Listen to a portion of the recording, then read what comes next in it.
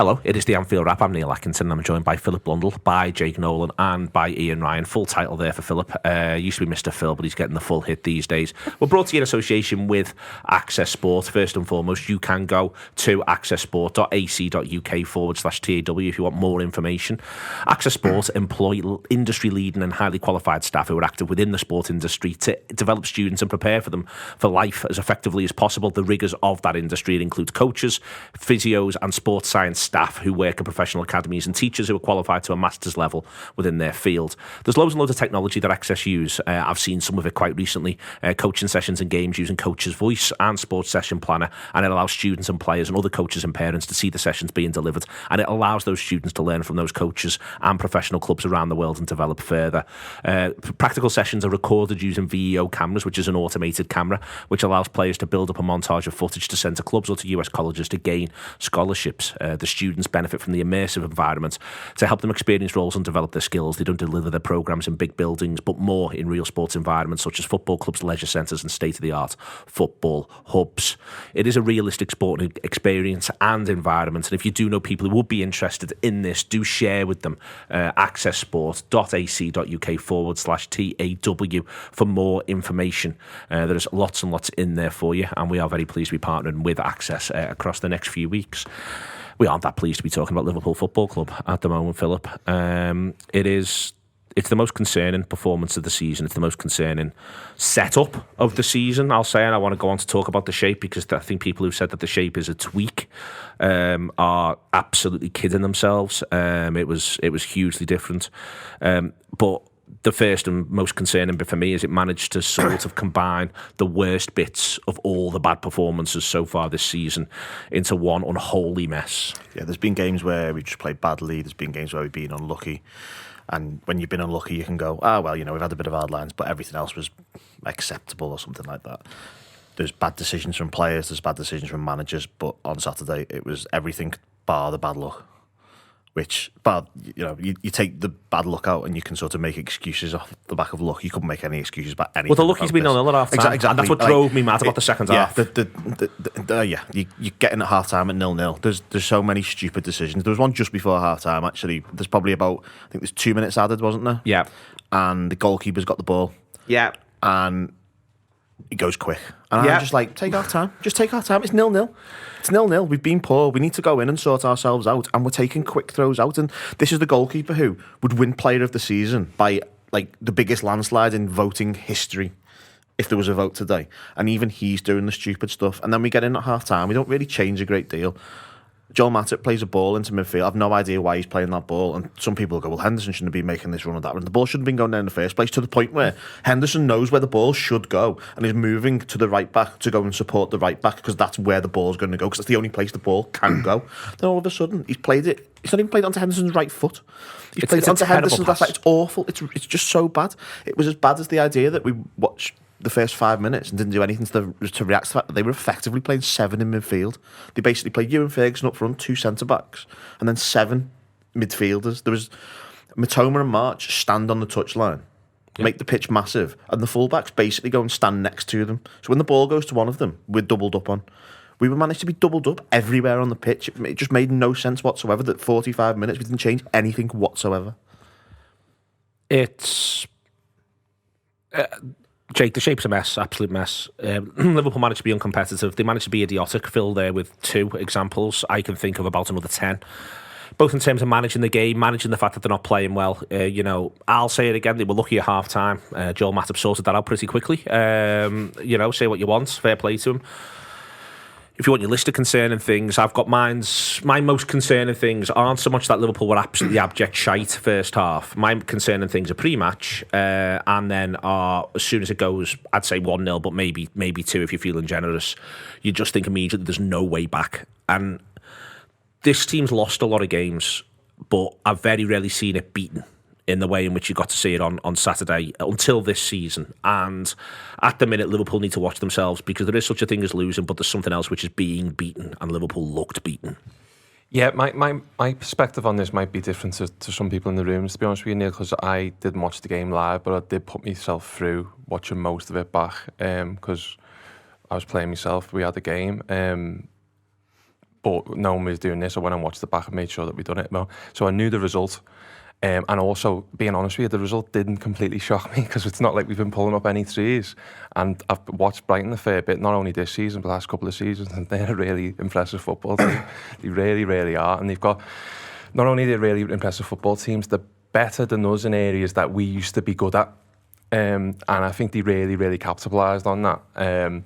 But going back to Liverpool, I think the thing that I'm getting fed up of watching, seeing this Liverpool side more than anything else, is they're still playing like they're chasing 92 points. They're still playing like the one down all the time, and that you've got to hit this points total because it's us against City, and it's this mad race, and we're rushing everything, we're panicking because they really want to turn it round. And I think we've got great characters and great experience for that, and you can't blame them for wanting it. You can imagine that's coming from Klopp in the changing rooms, but my God, just slow it down. If we get a draw against Brighton away from home, there, it's a result. There was nothing wrong. When I was watching it, Phil's got one example there. That's in the 2 minutes of injury stoppage time. There's loads of examples in that first half, Jake, where I'm going, lads, 0-0 on 60's fine here. Yeah. I can see what's the way this game is going. I can see what's happening, and I'm just an idiot. 0-0 on 60 is absolutely fine, boys. 0-0 on 70, 0-0 on 89 would have been fine with the idea of maybe sling something at it and see if you get it, as you say. Because a point at Brighton right now, current situation's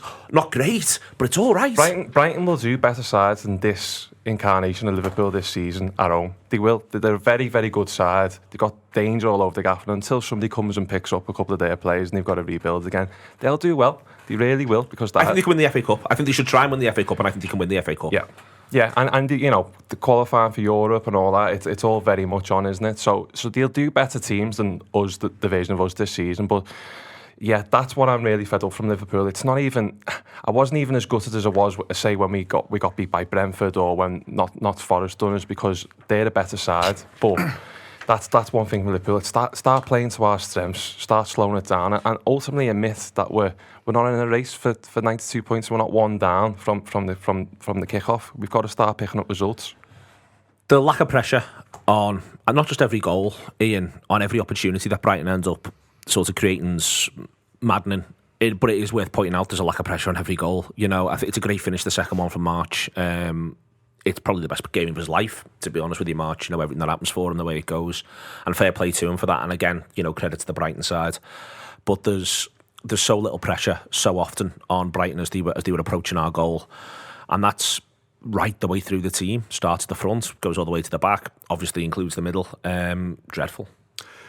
Yeah, and I think I've found myself in a position now where I'm hanging on the manager's every word for some kind of comfort. So before the game, he talks about Liverpool having a good week. They've got the full week to prepare. So you're thinking, surely to God, you're going to see some sign of a response or some sign of a recovery. Might not even be a win, but some sign of them getting back to looking like the old Liverpool.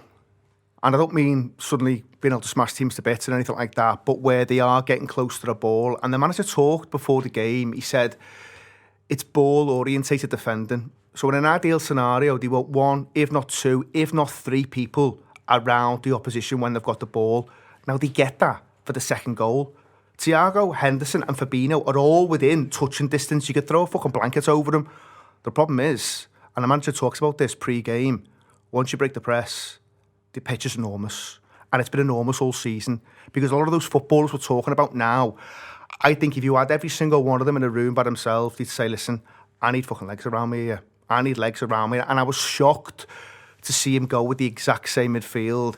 And that's before you get into the shape, which I've had to look at the average positions, and it's wild, the shape. It really is. It's also extremely deep when you compare it to how Brighton set up, where the fullbacks are really high. Liverpool's fullbacks aren't high at all. And they have very little possession, really, in terms of what you'd expect a Liverpool team to have. They have less than 40%. But you can be fine with that at Brighton. Arsenal have less than that, and they go there and win 4-2. Because Liverpool's transition through the pitch was awful. So when they've got the ball, it's an absolute shit show, to be perfectly honest. Don't quite know where Chamberlain's playing. He's almost level with Salah, very central. He is left side, but it's quite central. Thiago's trying to push up into a number 10 position when he can. And and then Gakpo's slightly ahead of the rest, but it just doesn't work. It just doesn't work, not even close to working. And Liverpool are now in a real mess, Neil, and you're thinking, well, you're struggling to see how they get out of this, but get out of it they must, and it needs to start in the game against Wolves. Well, we'll come back around to the game against Wolves. I want it on the shape, Phil. First half average positions, it looks like a back three. And in the ground, I thought it looked like a back three. Robertson is so deep. Trent is advanced. Kanate plays through the middle. Matip. It was as though it was as though Liverpool went into the game thinking, how can we expose Joel Matip as much as humanly possible? That was what genuinely the way in which he plays out. He gets yellow carded on about 25 minutes for something daft with Matoma. But it was as though Matip was playing right-hand side of a back three. In there, Trent is in the average positions in terms of where the ball's received first half. He's Liverpool's most dangerous player, but he's also simultaneously Liverpool's third most advanced, which suggests he's almost playing like a right wing back in there. Fabinho and Henderson were patrolling in front of the back three, as it was. Thiago's pushed up into a 10 position. Salah's desperately just trying to find a way onto the ball. Chamberlain's playing left, but you've got no real sense of where. My point here, Phil, is people in general who've talked about the game have said Liverpool tweaked the shape. The manager sort of said we made a few slight differences. For me, almost every player on the pitch was playing a different position to the one that they normally play for Liverpool. And before we get into whether or not that worked, because it manifestly fucking didn't, that to me suggests a level of panic. To have moved away so hugely from what's worked for Liverpool, to have gone so dramatically to something else that was so easily bypassed by Brighton, I'd hasten to add, because they very cleverly got the ball to Lewis Dunk and he passed to Pascal Gross, and that was the end of the matter. That was the beginning, middle and end of how to beat Liverpool's press, was pass to Pascal Gross, who's quite good at passing as well himself. This was, watching the oddness of it, this was quite a major change. And all I could think of when I was watching that major change, also having been surprised by the team selection, was, why don't you just change a couple of the players? Either so they fit this, what's happening here. So, for instance, Joe Gomez would be more comfortable than Joel Matip, I'd argue. We've got a host of lads who all want to play number 10, who'd be more comfortable with it than Thiago Alcantara. You could then drop Thiago back if you wanted to play him. But he does what he does. And I'm genuinely, when I say I'm concerned by that, I'm agog with it. Not so much, I was surprised by the team selection, really surprised, but seeing it play out, good God. Yeah, it just absolutely didn't work. I was sort of, it'll sound a bit weird this, but I'm sort of, in a way, slightly reassured by the idea that he was prepared to do something different. The fact that it doesn't work is not good at all. But the fact that he's looked at it and gone, right, I'm going to try something a bit different here, because what he was doing previous week just absolutely categorically was never going to work. So something needed to change. I'm just not sure that the shape might work, these players might work, but it's not working together. I'm looking at that average position now. I can see it on the screen. I know listeners and viewers will not be able to see this, but it's weird. It's basically 3-2, and one of the two is slightly to the right. Then there's one in front of it. Then there's two more to the right. Then there's like an inside left forward and a centre forward. It's just lopsided and there's no pattern. And then you on the screen you've got the Brighton one. Yeah. And it looks like a football team. It's set up, it's got a shape, it's got a defined structure, it's got players sort of near each other and near where they should be. And Liverpool doesn't. And this isn't even like that can't be I suspect that Brighton team has possibly never played together before. When you actually look at the players they've got and you think that Alexis McAllister's just come out from the World Cup. Liverpool's definitely out. There's a lot of Trossard who's not there. There's Estupiñán hasn't been that much of a regular. There's a lot of quite different from the Arsenal game where they used 4-2. So Caicedo and McAllister don't start that game. Trossard does, for instance. And Ferguson's new in as well. Yeah. But it looks like they've trained in a way that makes it work. Like, we've done something different. But it almost looks like they found out about that at 1:30. That's how it didn't work. I've got no objection to him trying something different. But if you're going to try something different and you just had 7 days between your matches, there's time on a training pitch to do something and try and make it work. And it just doesn't look like they put it into practice on a training ground. Do you think that he was going to do that before? So the question, and I didn't see him answer it anywhere. So if he did, listeners, forgive me. The thing I wanted to ask him was, were you going to do this before or after you realised you couldn't play Nunez? Is this something that he changes to when he can't play Nunez, or is this something that he was going to do with Nunez? If it's something we're going to do with Nunez, it makes a little bit more sense to me, because they had loads of space in behind to have hurt Brighton and then pushed Brighton back and either made Brighton a bit more dysfunctional on the one hand, or alternatively exploited the fact that there was tons and tons of space to explode into. So that's what I hope the answer is. The plan was to do it, and we decided just to do it anyway. But then the immediate question becomes, well, who on earth do you think's running behind? But then change back, or after 20 minutes, realise that we're getting outnumbered in midfield and move Chamberlain back into midfield and go. I mean, if you have to go 4-5-1 away from home and really sort of make the space in the middle of the pitch compact, be 0-0 on 60, and make it just a grind and boring, do it. Because I'm the idea that anyone was expecting us to go to Brighton and just out football them and dominate them, it's just not. You can't do it against Brighton because they're a good team, and we just looked ill prepared. It was concerning. You used the word concerning before, and that was concerning for me because it was, as I said at the start, you can sort of make excuses or say, "Oh, it was this problem," and that might not be the problem this week. But it was like 3 different problems in terms of what went wrong, and that's bad. What you just outlined there, Neil, that was Arsenal's way home. So they used Martinelli in that exact way, where you'd imagine if Núñez had been fit, they would have used him in virtually the same way, where he would have been the outlet. Liverpool have no outlet. It kind of stunned me really just how narrow they are at times, but I couldn't really figure out what Salah was doing and where he was playing. I know you've talked about him being maybe the one shining light, Neil, but no. Let's be clear. Or he's trying his best, or he's maybe one who you're looking towards who might be able to have done something. I thought he was really poor, to be honest. And I think, listen, there's bigger things at play at the minute, so I don't think there's a big light being shone on certain footballers. But I was hoping and looking to someone like Salah for a little bit more at the weekend. And listen, he's been unbelievable for this football club, so let's have it right. He's been nothing but sensational across his career at Liverpool. But I think he was another one where maybe you're looking for a little bit more from him. You feel so incredibly sorry for Gakpo, and I've seen people maybe having a little bit of a pop online and stuff, and listen, he's come into an absolute mess. And I think this is where, when you talk about recruiting from a position of strength, that's why that saying's a thing. It's not something someone just made up. It's important to get this right, because you want to be bringing people in when it's going well.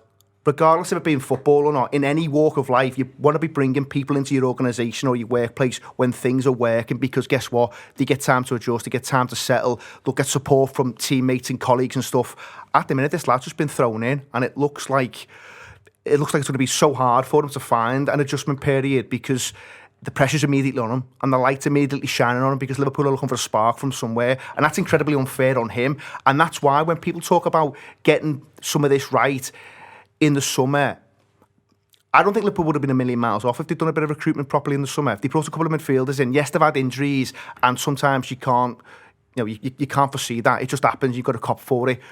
But I don't think they would have been a million miles away with a couple of decent midfielders with legs. I think Liverpool would have been there or thereabouts again this season. That might seem wild now because we are so far off, but I don't think it was incredibly hard to keep this machine ticking over if they'd done the right things at the right time. The problem you've got now is, if you look to go and bring someone in, and fuck me, I want them to, but if you do, you've still got the same situation where you're bringing someone in and they're probably thinking, I've got to sort this out. I've got to fucking deal with this now, because now it does look such a mess. And you're thinking, well, probably one lad isn't going to sort it. They're going to need a little bit of time to feel their way in and get back to some kind of shape and system. So it's hard for the manager now. It really is difficult. And you can almost see it in him that he's feeling the stress and strain of this. And that's a really sad place to be. Yeah, I think a couple of weeks ago, I think that was sort of what I thought about, if you'd have freshened things up or done this, that or the other. But now I'm sort of looking at it and I'm not quite sure it's the case. I just think we're reacting badly to things in matches. We're starting off with the wrong ideas, and I'm just not sure that a body here or there is. Got to start somewhere, though. I agree. I agree with they've created this mess themselves. You know what I mean? I agree with that. So you've got to start somewhere now. But the problem is, if you do it, it's incredibly hard for someone to come in now and fix this. I agree. But then there's games even 3 months ago, like Forest away, for example. That wasn't that the players weren't good enough. It's to do with we were just set up in the wrong way and making bad decisions, and the more bad decisions you make, the further down you go and the harder it comes to bounce back. I just think I'm a bit more concerned than the idea that this is a couple of players and it gets sorted out regardless of how low it drops. It's just a bit, I'm just not totally sure what I'm watching and what we're trying to do. This is where I feel for the manager, though, slightly, in the sense of they're all valid points. But I think if he was in this room now and the cameras are off, he'd be going, I know lads have been telling them to put their hands in the pockets for some time. And I'm all in as well as say, does a midfielder or two sort our problems for Wolves in the Cup or whatever the game is after that? No, it doesn't, but it might help us for next season and the season after that, and I think that's what we've got to be building towards. That's what I want them to be building towards, and that's what I want, but that's where I find it difficult is, of all the noises, I'm sort of with Phil in terms of, I don't know what way they wanted to play this season. Do they want to play with an attacking midfielder in the three at the start of the season? He's been playing in midfield for 18 months now. Obviously, he gets injured in the middle. But, Harvey Elliott wasn't a solution this summer. Harvey Elliott was something that he did last season because he liked it and he liked Harvey Elliott. That's why I'm not sure it's quite as simple as signing this midfielder or that midfielder or anything, because he is picking a midfield that doesn't work and he's also picking Harvey Elliott in midfield. It's not...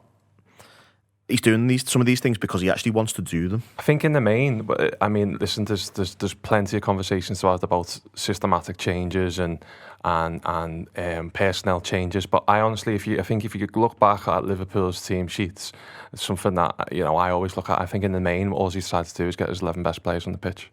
I think that's all he's decided to do at most times, and that's been a struggle.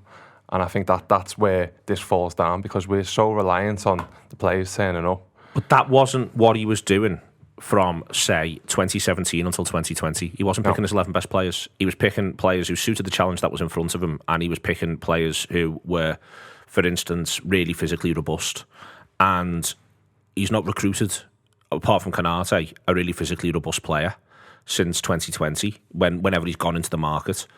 And he's not... this is sort of where, My line on this at the minute is that if this is a season of transitions happen, but I've just got no idea what we're transitioning to. And I've got no idea if I'm in favour of what we're transitioning to. And there is a thing where Elliott, for instance, starts Chelsea at home last season. Starts Chelsea at home. Yeah. When Chelsea, by the way, looked as though they were going to be very close to winning the league. Yeah. At that point, under Tuchel, you felt they were European champions. It was the third or fourth game. They come to Anfield and he starts Harvey Elliott. And this isn't a go at Harvey Elliott, because I think that's what he wanted. It's what the manager wanted. He wanted that transition in that general direction. But I don't know, firstly, if that's right. But also, secondly, if he wanted that, then why doesn't he buy an attacking midfielder? No, well, listen, I can completely agree. I mean, and the question I've posed to myself, and when I've been having a pint with friends or coffee, or even in these situations, maybe on other shows, is ultimately Jurgen was going to leave the club next year, and I don't know whether he was planning much beyond that. We don't know that really, do we? And but now, obviously, he is for the reasons he signed a new deal and whatnot. And I think I understand that the challenges that's come with the transition this season or not, but I do still think it's down to a lack of preparation, not having the time, not having the backing, and ultimately on the back of last season, which we all know was heartbreaking for the players more than any fans would have had. And also what it took out of the legs. Now, we can keep pointing to the excuses. We don't want to do that, but I think we've got to start making decisions now for next season, and that's what I think, and that's what I come down to. So we're going to have disappointments like this, but as long as we start making decisions based on that, then that's all we can hope for. That's what I want to see next phase, both on the pitch and off the pitch, away from the pitch. The next phase I think you've got to see is, all right, this is what we're now moving to. But this is one of the reasons I wasn't quite at this point for this one, Ian, but that's why I was shocked he's gone with the same midfield three, because if we are transitioning, I refuse to believe we're transitioning to another season of the three of them together, and that's not getting on any of the backs. But to be really clear, Thiago was nowhere near it before he went number 6. Fabinho couldn't get near the ball. Henderson got it more, but when he got it, it was shite. For people who think I don't criticise Henderson, I'll say it again, just if you want to put it up with subtitles, Henderson got it, and when he got it, he was shite in there as well. There is the three of them in different ways drove me mad. I've got a bit of sympathy for Thiago, and I think it's interesting the manager keeps Thiago on. He does the other two, he keeps Thiago on. But he's the one who's got him picked him number 10, and then he moves him all the way back to number 6. And again, when you're talking about what is it we think we're trying to achieve here, the fact that a footballer who's probably not played number 10 since he was 19 does an hour in it, and then gets dropped all the way back to being the deepest of the midfielders. Maybe just pick him as the deepest of the midfielders in the first place if you want to do something a bit different. If there was a game to do that in, I sort of weirdly think Brighton's a little bit that game, although to be fair to Brighton, Evan Ferguson is much more of a unit and puts himself about. I thought he was really impressive, Ferguson. But that's a side point. My point here is that if we are transitioning, why is he picking the same three? Yeah, and I think I think we talk about Thiago, maybe feeling sorry for him. I do as well a little bit, because I don't think he's changed as a footballer like Fabinho and Henderson have changed as footballers. So I think Fabinho now, it just appears that he's on the slide. And I think there was a debate about, is it poor form? Is his best years behind him? He's only 29, so I think that's where you struggle to square it a little bit, because he shouldn't be on the slide at 29. He just shouldn't be. But I think they've genuinely been shocked by just how much of a cliff he's dropped off. And I think that's really... I think you can see it in how the managers reacted to him at times, where they've clashed heads a little bit. I think they're genuinely shocked at just how much Fabinho's dropped off. Listen, maybe he'll come back, but it looks unlikely at the minute, because this is over a long period of time now, despite 1 or 2 flashes after the World Cup. Henderson looks a mile off it. Again, he's okay in a team where if you can get a Rice and Bellingham around him like they did for England, he suddenly looks okay again, because he's got the legs around him.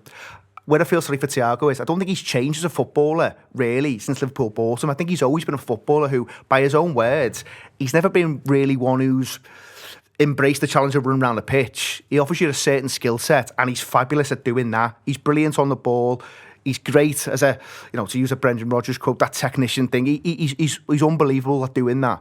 And I think we're suddenly asking him to do things that he's just not comfortable with. And I think that's a massive problem. But it brings you back to the point, Neil, is why is he going with them again as a 3? Because it hasn't worked this season. All 3 of them are crying out for legs around them.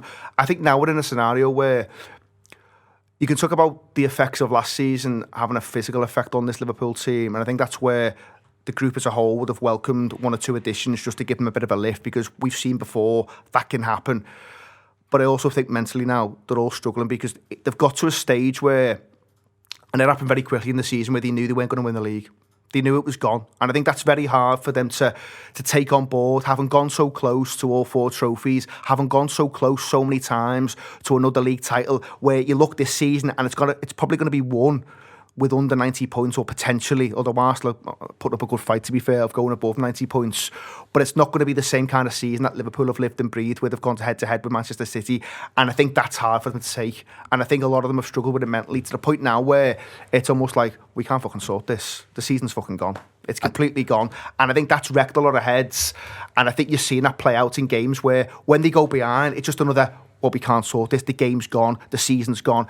And I think that's where the players are struggling with it. Maybe the manager's struggling with it a little bit as well. And it's going to take a big upsurge now to get them back on track, I think. Yeah, I think the Fabinho thing is a real problem, because what's happened to him, I don't think you could predict what was going to happen to him. And I think part of the thing that we've been doing for the last couple of years, 3 years, is basically saying, right, well, we'll sort the midfield.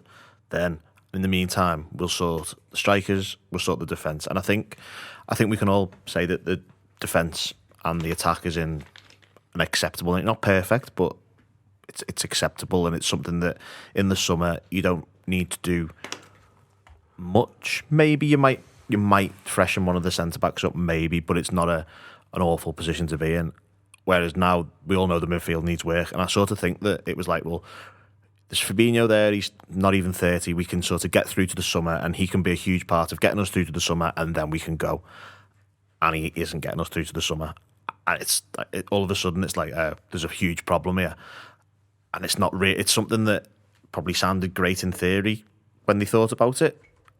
It just isn't a thing, because what you're wanting him to do, he's unable to do. You just can't do it anymore. It's a huge problem.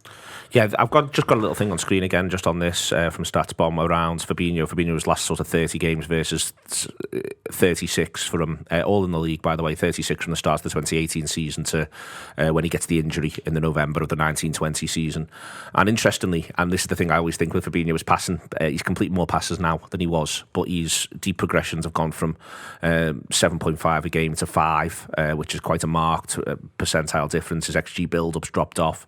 Number of successful dribbles, whilst it was never that high, that's diminished per game as well. In there, pressure regains has diminished from being in the 65th percentile to the 9th. Number of pressures has diminished from being in the 56th percentile to the 16th in there as well, as you sort of go through. And that's worth pointing out. It's tougher to do Henderson if someone's going, and fucking hell, he's not doing Henderson, and I can't believe I've got to do this at the minute. But the reason why is because Henderson plays more than one position, so you don't get something that's quite as clear a sort of a thing as a lad who just literally just plays number 6, because it depends upon the role in there there as well in terms of what's asked. But that's where Fabinho suddenly finds himself. And Jake, I think that is the one that's maybe ever so slightly caught them on the hop. I felt as though Fabinho was, well, it's quite interesting actually, because he scores a few goals in the second half of last season, but I felt you could see his performances were diminishing a little bit as the season wore on during the last campaign. I think he was just beginning to look as though he dipped a little bit, but then he gets the injury in May.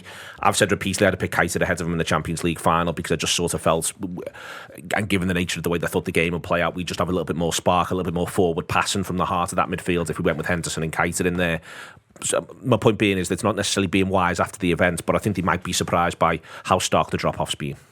Yeah, I mean, it's clear for everyone to see, isn't it? And, you know, you can speculate on the reasons, you know, whether it be injury, mentally, you know, systematically, I would argue probably he's been hung out to dry as much as anybody else in that team, really, potentially given his skill set. But I think that the thing that I struggle with, Neil, more than anything else, is that we talk about Liverpool like we're an elite side because that's where we've been operating the past 4 or 5 years, and ultimately that's where we as a fan base want to be, and that's you know, that's where I believe we are. But no player plays in a midfield free with the form that he's been playing in the last 12 months in any other team that we like to think that we're challenging with. You know, they have a replacement who's there ready to take the place and be as good as us.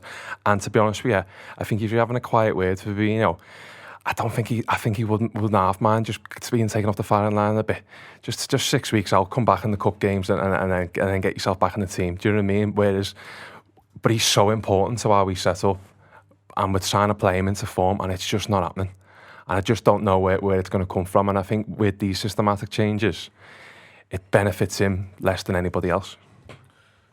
On all of that, I mean, does anyone want to slaughter anyone else while we're here? Mo Salah. Go on. I don't think he's been good enough. I think there were times last season when we were challenged on all fronts where we weren't playing that well.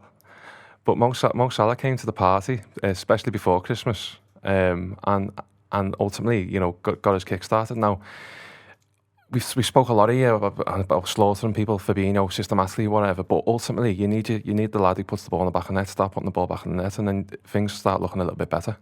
Going to earn that level of money, you probably need to be a bit more involved than when getting games like that. You should basically be getting the ball and trying to make something happen.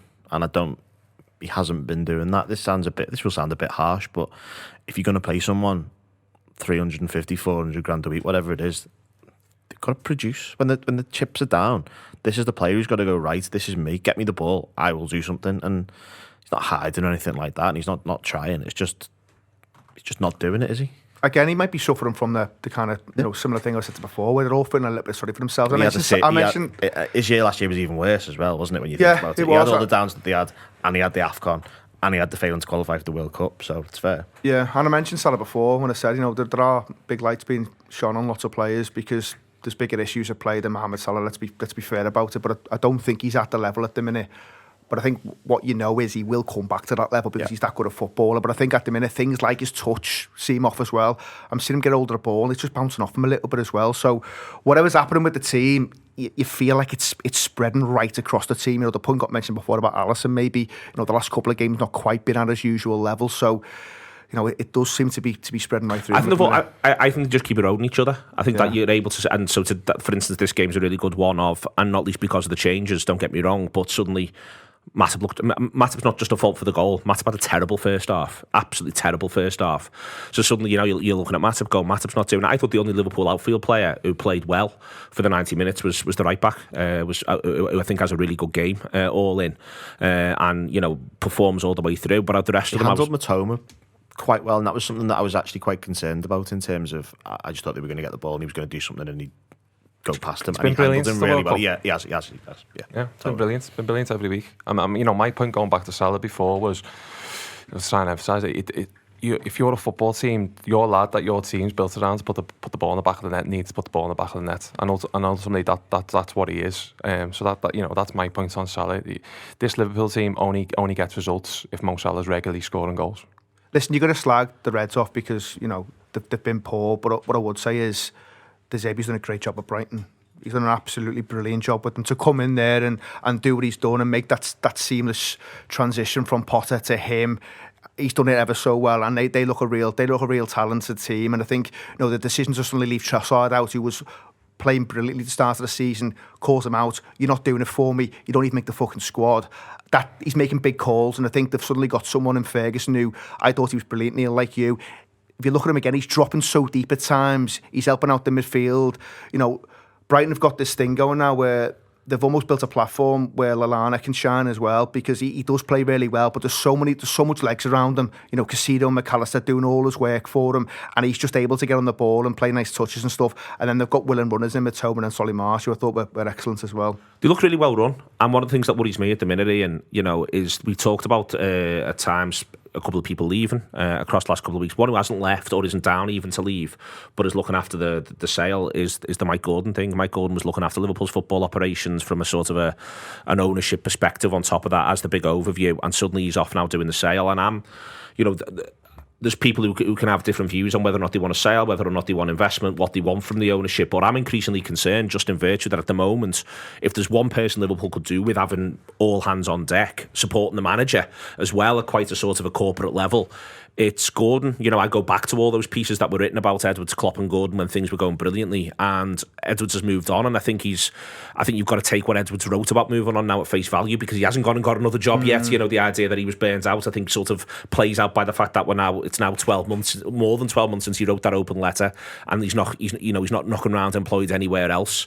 What worries me is that, all the way through Klopp's time at Liverpool, there's been quite a high turnover of backroom staff. It's been ongoing, but the one thing that looks to me like it's changed is that sort of that intelligence above and around Jurgen and Mike Gordon. And there's part of me that at the minute I'd rather know that he was doing his job day to day with his door open 2 doors down from Jurgen at the minute, because that's where I'm beginning to go, well, hang on, who's doing that job? Because it's not as though everyone else who was working at Liverpool before Mike Gordon was seconded to go and work on the investment wasn't busy. So who on earth's doing that job at the minute? Yeah, the instability thing's a problem, and I think we touched on it a little bit when we did the big question show about FSG and the model and stuff. And I think now the results are going the way they are, I think it's only naturally going to start looking into things a little bit deeper as well. And I think one of the things that's been talked about in terms of the manager is that he's a brilliant leader, and I think you always got the impression that he was a brilliant leader because he was always very comfortable with not being the man. He was across everything. He understood his own skill set and what he was really good at. And I think the fear is now, is he getting pulled into things that he shouldn't be part of? And it's entirely possible that he is, because very similar to kind of Brendan Rodgers, who you always got the impression he wanted to be involved in everything and have a handle on everything. Jurgen was never like that. He was very comfortable in his own skin. And I think he understood his role. And why leaders are brilliant leaders is because they are happy to have other experts in other areas who know more about stuff than they do. And Jurgen was always fine with that. And you felt his relationship with Gordon was of such a level where they got on really well. Yes, they may have disagreements and stuff, but talked every day, all that sort of thing. They talk all the time, and he probably takes a load off Jurgen and stuff in terms of some of the things that we're alluding to here. And all of a sudden, maybe the manager's getting dragged into stuff that he just wants no part of, and that can be a fucking distraction. That can be a massive distraction. Liverpool's a huge football club, and as you said there, all these people have got a role to play. And if all of a sudden they're all off doing different things, and there's this uncertainty and this instability, then what does that mean for the likes of Klopp? Is he getting pulled into discussions and conversations that he actually just wants no part of because there's a football team to coach? That's a real thing at the minute, Neil. I think people are concerned about it, and rightly so. I hate Liverpool instability, Phil. And playing shite adds to instability, and instability adds to playing shite. And that is sort of my concern at the minute from the outside looking in. I'm not one to basically blame John Henry for Thiago doing keepy-ups in his own penalty area. That's not what I'm trying to do here either. I'm concerned about a structural thing. The money conversation is always separate. I only want Liverpool to spend what it earns. That's always going to be my position. I do not want to ever say thank you to an owner. I think most people who own football clubs are absolute pricks, and I never want to feel as though we're in the debt of any of them, as far as I'm concerned. But the one thing that you can do is run the thing as perfectly as possible, and that's my minor concern at the moment, is that because there is the search for sale/investment, the eye is taken off the ball in terms of running the thing as well as you can. Yeah, to some extent, I don't know, maybe it's entirely possible that we're just playing better. We don't have 6 or 7 people injured, and we can actually put an attack out, and that's not a thing though. So I'm just not entirely sure. Like if Luis Diaz, Diogo Jota, and Darwin Núñez are fit, all of a sudden it just looks better. It just looks much better, and it might take a bit of pressure off the midfield. It might mean that he could go back to that 4 up front that he did for a few weeks, and binned it off in the end. It didn't work, but it might mean he could go back to that. I think sometimes I think he bins it off in part because Jota gets injured. Yeah, you're probably right with that, but I think I didn't like it, by the way. But I think that's part why he bins it off. I think sometimes you can try and make excuses for things, but I'm not sure that's in this instance valid. I just think we're going out there with bad ideas and bad ways of execution. I don't think it runs that much deeper than that, to be perfectly honest. Just going back to your point on people who own football clubs being pricks, Neil, as somebody who does own a grassroots football club, I can confirm we are all pricks. Terrible set of lads. Yeah. But also going back to your Edwards point, I remember reading that article at the time and being his piece, which was very LinkedIn heavy, wasn't it? And I think he mentions change about 20 or 30 times, and I remember thinking, that's strange. I'm sure at the time that everyone anticipated needing that much change and how that was a big part of his thought process. But you look at it now and go, fucking hell, boys, we need to change here, don't we? And you absolutely hit the nail on the head. And I think the thing that worries me is I've always felt that this Liverpool ownership kind of post Kenny going into Rodgers, and then definitely post Rodgers have always operated as a football club who knows what they're doing, and you can point to them as a reference and say we're one of the best run football clubs in the world, whatever way you look at it. But I'm looking at it at the moment going, well, the 2 sporting directors out of office, there's a lot of turnover behind it, and now we're looking on a sale which might be a sale, might be an investment, and there's just question marks all over the place. And when your team's playing shite, it doesn't help, does it? Who should they buy? No, I want to do a thing here, by the way. Everyone does, and I think he plays perfectly fine at the weekend, and obviously the other lad does really well in the World Cup. But I think it's mad the amount of money people are trying to drop on Fernandes or Caicedo when Alexis McAllister is right there. I know he's just signed a new contract at Brighton, but he is right there. He's the second best midfielder in the league. The best midfielder in the league is Rodri. He's the second best midfielder in the league. He is absolutely unbelievable, Alexis McAllister. I would have Alexis McAllister tomorrow, but we'll park him for a second or two. Who would you have? Well, listen, I'd take McAllister all day. There's no doubt about it. I think he's looked brilliant for Brighton, and obviously, he goes and has the World Cup he has, and I think, it makes everyone sit up and take notice. I thought Caicedo was good at the weekend, and I do like him, and I know you've questioned the fee, Neil, and maybe they could have got him sooner, and I think that is a real question to pose at Liverpool's kind of, men behind the scenes, that they're almost kind of waiting for some of this to happen. And, there was a while back where you thought, listen, I've always wanted them to do more. I've always questioned them, and I've questioned them on a number of things off the pitch, but also I think there's times where they should and could have supported the manager more. And I think they've always tried to be really smart people, and I think it's been a long time since you could level it at them.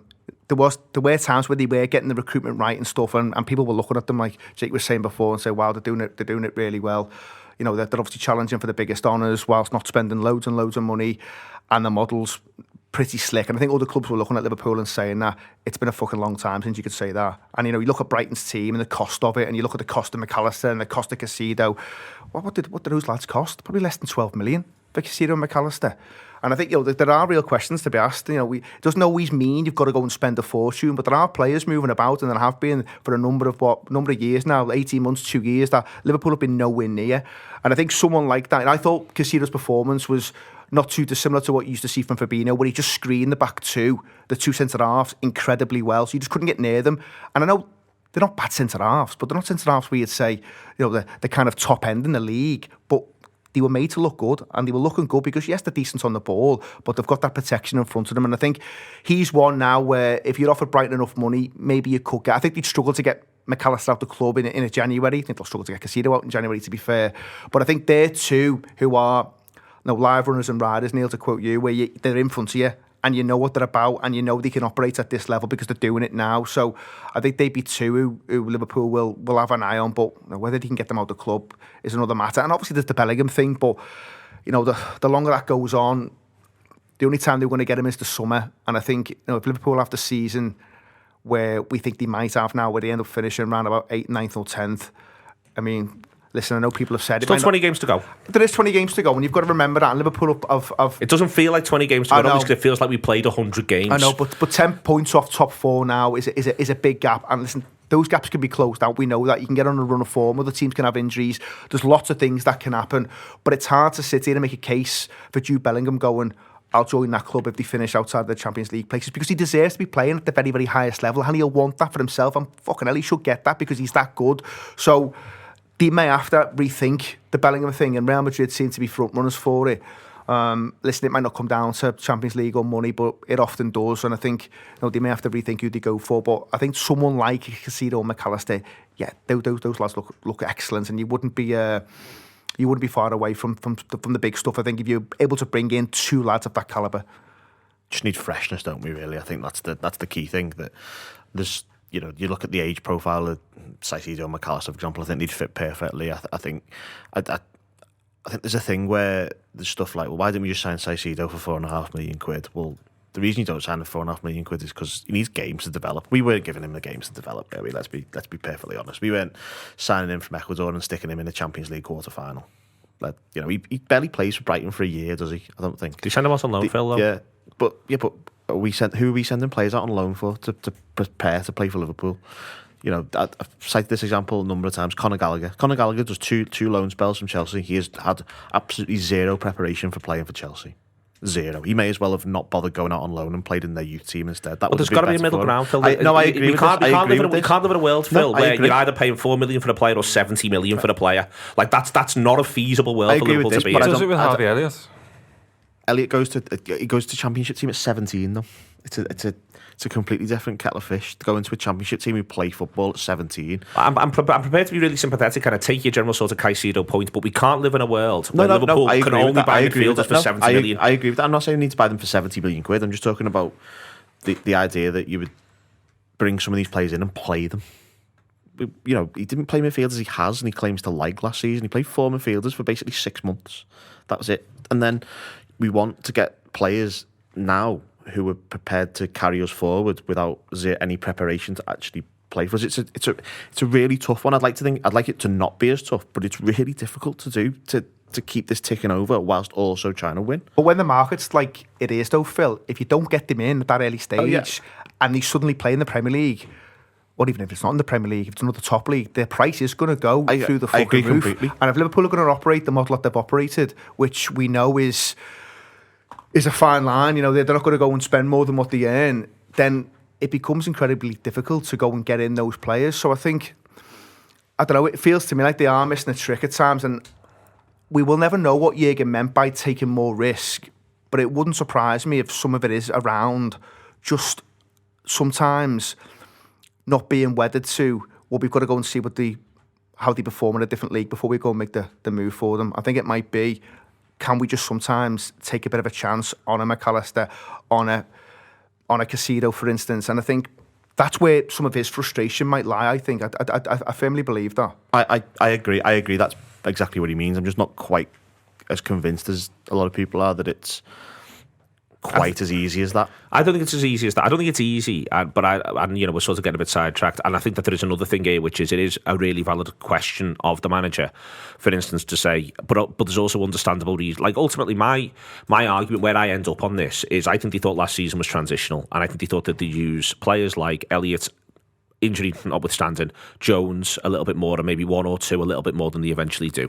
And I think they thought probably this season we're going to be trundling towards 2nd or 3rd, relatively comfortable on the one hand, on the other hand lining ourselves up, maybe a cup run, maybe a couple of cup runs, maybe we go deep in Europe, and then all of a sudden they can win a quadruple. And I think that changes everything. And so they run, like, I think it's mad that Henderson makes 56 appearances in all comps last season, which is more. There's no way that was the plan. There's no way that was the plan. And also there's no way that, like, for instance, that's more than games than Arsenal play as an institution. He makes more appearances than Arsenal play as an institution, as part of the point here. And it's not just Arsenal, there's a list of that. So there's no way Henderson playing 56 games was the plan when he was signing a new deal or anything like that. And that's what ends up happening. So they end up running for the line, and that's all really, really fair. And that's why I think last season's a little bit of an odd one. But you are in a situation where, for instance, you can go through the list of players who don't play, other than that mad moment where they all get dropped in at Southampton, and by the way, do pretty well on the whole. So I do take your point, but my point's sort of now opposite a little bit is what Jake said before. That now, if they have got another Caicedo who's knocking around, they might want to put 7 million in, and they could get in for that. If they did that now, if they bought 2 or 3 of those lads in off the basis of, if it works, fucking great, we rise up the table. If not, we're still in the FA Cup. You never know what happens against Wolves. We're now planning for the next 2 years. We've actually got, for once, we might actually have, in a really weird way, a quietish 3 or 4 months to have a look at some stuff. Let's do that. But then you'd say to me, I'm sorry to do your bit for you, but fuck it, we're in it now. You'd say to me, yeah, but lads, he just played Henderson, Thiago and Fabinho at the weekend there. He didn't pick any of the other ones again. I agree, but I disagree to a point in terms of what I'm about to say. The situation has changed now. If you're talking about signing someone like Caicedo and giving him minutes, you can do it now. You couldn't do it last year. You probably couldn't even do it the year before either. It's not like a absolute that this is the way it is and this is the way it always is. It's in terms of if you wanted that player to be ready to play for Liverpool now.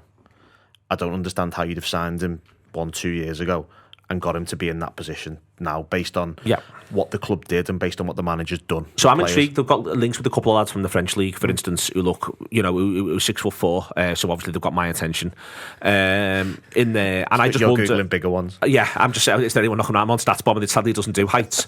But what I'm thinking, that I'm wondering if that maybe is the direction of travel. That if there's a couple of lads knocking around the French league who they've had their eye on, who were 19, 20, 21, who in the past they might have gone, we don't know where this now works. There might be a bit of an opportunity to say, you know what, between now and the end of the season, you'll get 15 games. Exactly that, and that's pretty much exactly what I'm saying about how the situation changes and how you can sort of make different decisions based on the circumstance. And the circumstance now is we need to do something because we can't just carry on like this. It was working, it's now not working. Something needs doing, and that might be another £4.5 million for lad from Ecuador. It might not be. I don't know who this is. Yeah, well, you've asked the boys there. Who would they sign? I'd sign Brighton Sporting director. Wouldn't Do you know who it is? No, I've got no idea. Do you know who it is? Genuinely, I know who it is. It's David Weir. Is it? Yeah, Doddy Weir. Fucking hell. Threw myself under there, haven't I? Doddy. Listen, get him in. And he sorted the Blues out while he's in town. They tried to get him and he knocked them back. When he was the assistant. Sensible man. Really? Sensible man. Yeah. Sensible man. Dan Ashworth's at Newcastle now, isn't he? Yeah. Right, okay. Get in. Okay. Wolverhampton Wanderers, anyone want to do anything mad? I wanted to play Trent at 6 or double 6. Can we not turn up? We can't not turn up, Phil. Okay. That's not that's too mad.